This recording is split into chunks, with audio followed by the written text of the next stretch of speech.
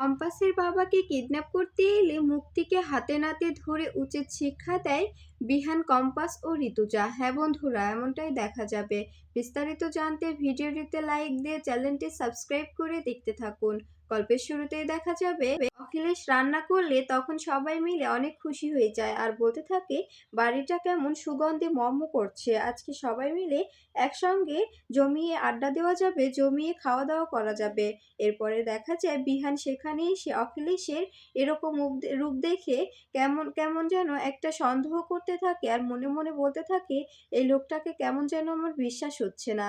এরপরে দেখা যায় অখিলেশকে মুক্তি ফোন করলে তখন অখিলেশ অন্য কারো নাম করে কথা বলতে থাকে আর বলতে থাকে আমি একটু ফ্যামিলির সঙ্গে বিজি আছি, এখন কথা বলতে পারবো না, আপনার কাজগুলো আপনি নিজে করে নেন, আমি এখন আপনাকে কোনো হেল্প করতে পারবো না।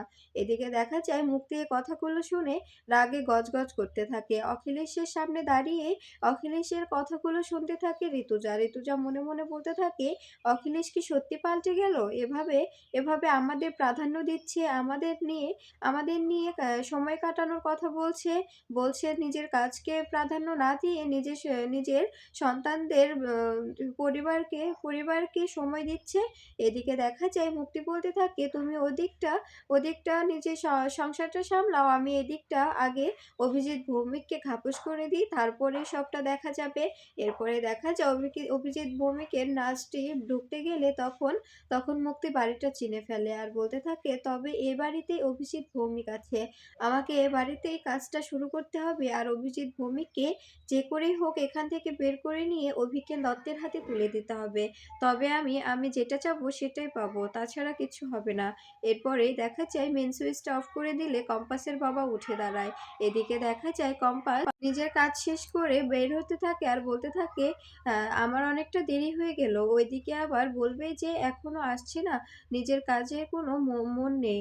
ঠিক তখনই দেখা যায় কম্পাসের ঘড়িতে সিগন্যাল বাজলে কম্পাস ফোনটা দেখতে থাকে সিসিটিভি ফুটেজটা অফ হয়ে গেছে। সিসিটিভি ফুটেজ অফ দেখে ভয় পেয়ে যায় কম্পাস। কম্পাস বলতে থাকে এবার কি হবে, সিসিটিভি ফুটেজটা তো অফ হয়ে গেছে, ওখানে কি কেউ এসছে, আমার বাবার কি কোনো বিপদ হলো নাকি? এদিকে এদিকে মুক্তি অখিলেশকে ফোন করে বলতে থাকে আমি এখন ভিতরে যাচ্ছি, কম্পাসের বাবাকে সরিয়ে তারপরে আপনার সঙ্গে আমি যোগাযোগ করছি, কাজটা আগে শেষ করি, তারপরে আপনাকে আমি ফোন দিয়ে আপনার সঙ্গে কথা বলবো, ঠিক আছে? তখন অভিজ্ঞান দত্ত বলতে থাকে ঠিক আছে, আপনি আপনার কাজটা শেষ করে তারপরে আমাকে জানিয়েন, আমি আপনার সঙ্গে সবকিছু বুঝিয়ে বলবো কি করতে হবে। এরপরে দেখা যায় মেঘমালা কম্পাসকে বলতে থাকে কিরে কম্পাস, নিচে তো সবাই অপেক্ষা করছে, তোকে ডাকছে, তুই যাবি না? যা হয়েছে ভুলে যা। এরপরে দেখা যায় কম্পাস বলতে থাকে বৌদি দেখো, এই যে আমার বাবার ওখানকার সিসিটিভি ফুটেজটা অফ দেখাচ্ছে আর আমার ঘড়িতে সিগন্যাল দিচ্ছে, আর এই ঘড়িটা আমি এমনভাবে তৈরি করেছি যদি আমার বাবার কাছে অচেনা কেউ আসে সেই সেই সেই সময়ই ঘড়িটা আমাকে সিগন্যাল দেবে আর বলে দেবে যে আমার বাবার কোনো ক্ষতি হয়েছে। এরপরে দেখা যায় এ কথাটা বললে অবাক হয়ে যায় মেঘমালা। মেঘমালা বলতে থাকে এবার তুই কি করবি? ওখানে কাকাবাবু একা আছে, শুধু নার্সটা ছাড়া আর কেউ নেই। এদিকে বিহান বলতে থাকে এই মেয়েটাকে নিয়ে আর পারি না। এদিকে নার্স এসে অভিজিৎকে বলতে থাকে স্যার হঠাৎ করে এভাবে লাইট চলে গেল কেন? সব বাড়িতেই তো লাইট আছে, তবে আমাদের বাড়িতে কেন এরকমভাবে লোডশেডিং হলো বুঝতে পারছি না তো। এরপরে দেখা যায় কম্পাস কম্পাস মেঘমালাকে বলতে থাকে আমার ফোন থেকে ফোন করা যাবে না, তোমার ফোন থেকে একটা ফোন করো, আমি আমার বাবার সঙ্গে কথা বলতে চাই। এরপরে নার্সের ফোনে ফোন করলে তখন মেঘমালা বলতে থাকে ওখানে কি কোনো সমস্যা হয়েছে? তখন নার্স বলতে থাকে আসলে সব বাড়িতে কারেন্ট আছে, শুধুমাত্র আমাদের এই বাড়িটাতেই কারেন্ট নেই, হঠাৎ লোডশেডিং হয়ে গেল। এরপরে দেখা যায় কম্পাস ফোন নিয়ে বলতে থাকে বাবা তুমি একদম চিন্তা করবে না, আমি এক্ষুনি আসছি আর তুমি বাইরে বের হবে না, আমার মনে হচ্ছে ওখানে কোনো অচেনা মানুষ এসছে, তুমি সাবধানে থাকবে আর নার্সকেও সাবধানে রাখবে, বুঝতে পেরেছো? এরপরে কম্পাস যখনই যেতে যাবে ঠিক তখনই বিহান এসে কম্পাসের সামনে দাঁড়ায় আর বলতে থাকে কোথায় যাচ্ছ, তোমাকে নিচে ডাকা হচ্ছে কখন থেকে, তুমি এখন কোথায় যাচ্ছ? তখন দেখা যায় মেঘমালা কথা ঘুরানোর চেষ্টা করলে তখন বিহান বলতে থাকে, কম্পাস আমি তো এখন সবটাই জানি, তবে আমার থেকে লুকোনোর কি প্রয়োজন আছে? তুমি আমাকে বিশ্বাস করো না? আমার কাছে সবটা খুলে বলো, কি হয়েছে? আসলে কি হয়েছে? আমাকে সবটা বললে কি হবে বলো? আমি কি কাউকে বলবো না? আমাকে বিশ্বাস করে বলে দেখতেই তো পারো। আমাকে বিশ্বাস করে বলো, আমি সবটাতে তোমাকে হেল্প করব। তখন কম্পাস বলতে থাকে, আমি আপনাকে বিশ্বাস করি। তবে আমি আপনাকে যেতে বলছি, এখন সবটা বলার সময় নেই। ওদিকে আমার বাবার বিপদ হয়েছে, তাই আমাকে বেরোতে হবে।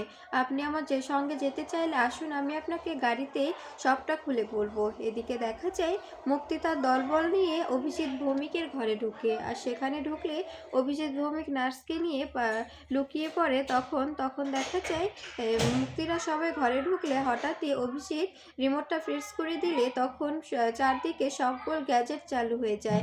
এরপরে মুক্তি কোনো দিকে তাকাতে পারে না, পুরো চোখে একটা লাইট লাগতে থাকলে তখন সবাই মিলে অবাক হয়ে যায় আর বলতে থাকে, এসব কি হচ্ছে? তখন দেখা যায় মুক্তি অভিজিৎ ভৌমিককে খুঁজতে থাকে। এরপরে অভিজ্ঞান দত্তের কথা মনে করতে থাকে যে অভিজ্ঞান দত্ত বলেছিল কম্পাস কিন্তু অনেক ব্রিলিয়ান্ট মেয়ে, ও যা তা করতে পারে, অনেক কিছু করতে পারে। এরপরে দেখা যায় বিহান কম্পাসকে বলতে থাকে, কম্পাস এভাবে যাওয়াটা কি ঠিক হচ্ছে? আমাদের পুলিশকে কমপ্লেন করা উচিত। আমরা পুলিশকে কমপ্লেন করি। তখন দেখা যায় এদিকে অভিজ্ঞান দত্ত বারবার মুক্তিকে ফোন করতে থাকলে মুক্তি কোনোভাবেই ফোন ধরে না। বলতে থাকে, এই মেয়েটা যে কেন ফোন ধরে না? ওইদিকে যে কি হচ্ছে বুঝতেই পারছি না। ওই দিকটা কি হচ্ছে কে জানে?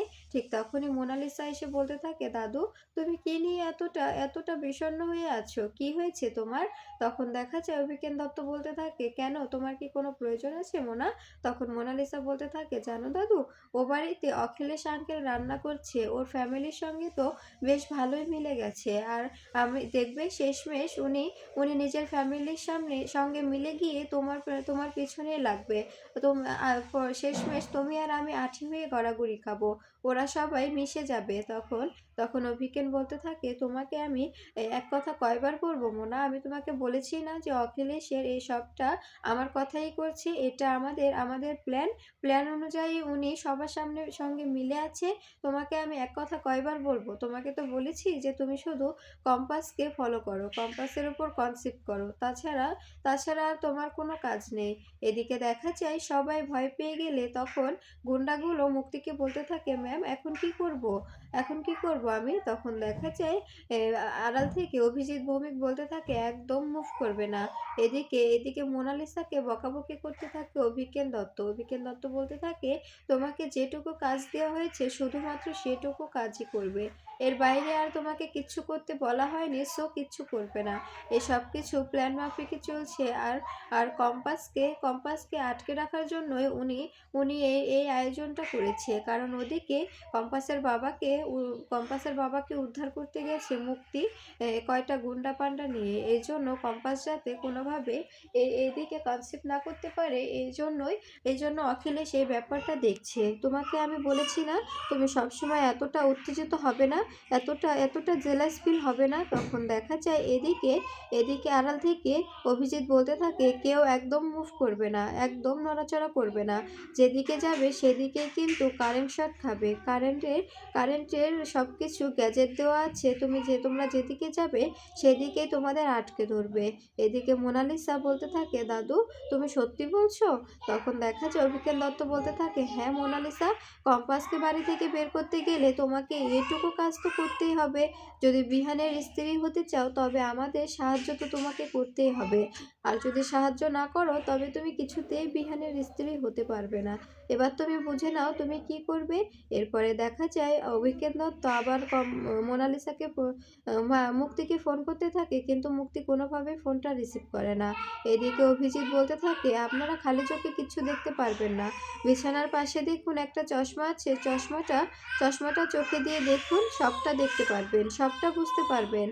এরপরে দেখা যায় এদিকে বিহান কম্পাসকে বলতে থাকে, "কম্পাস, এভাবে আমাদের যাওয়াটা মোটেও ঠিক হবে না। ওখানে ওখানে যদি ওরা কোনো ধারালো অস্ত্র নিয়ে থাকে কিংবা কোনো ক্ষতি করার চেষ্টা করে, আমাদের লোকাল থানায় কমপ্লেন করা দরকার ছিল।" তখন মেঘমালা বলতে থাকে, "হ্যাঁ রে কম্পাস, বিহান ঠিকই বলছে। আমাদের একটি লোকাল থানায় কমপ্লেন জানানো দরকার। কারণ ওরা আগেই চলে যেতে পারত।" তখন কম্পাস বলতে থাকে, "না, এটা করা যাবে না। তবে আমার বাবার ব্যাপারটা পাবলিক হয়ে যাবে। আর ওরা কিছুতেই ওখানে বেরোতে পারবে না। ওটা হচ্ছে ইঁদুর মারার কলের মতো। একবার যে ঢুকে সেখান থেকে আর বেরোতে পারে না। আমি এমন সিস্টেম করে রেখেছি, ওখান থেকে কেউ বেরোতে পারবে না তো পারবে না। কারণ বেরোনোর কোনো ক্ষমতাই নেই। যেই ঢুকেছে কিনা তাকে গিয়ে আগে আমরা দেখব। তারপরে যদি প্রমাণ জোগাড় করতে পারি তারপরে ওকে শাস্তি দেব। তা না হলে আমরা নিজের হাতেই ওদেরকে শাস্তি দেব, মজা বুঝিয়ে দেব।"